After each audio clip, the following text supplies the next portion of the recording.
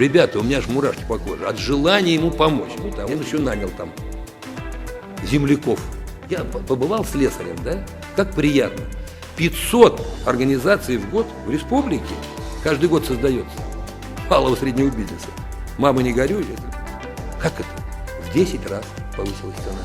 Аренды. Кто вам что мешает? Ну, слушай, говорят, наука знает. Наука не могла ответить.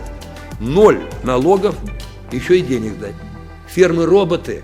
Для этого уже другие люди должны быть. Без вилл.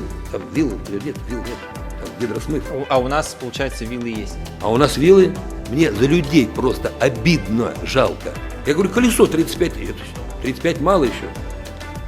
Тысяч на Вилю и браконьеры, на Амге браконьеры, на Алдане браконьеры, за исключением участков там в Арктике. То им пока не будет дорог, это же ежику понятно. Им же деньги нужно не на ландкрузеры. Это не демагогия моя.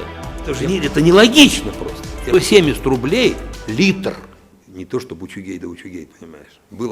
Было всякое.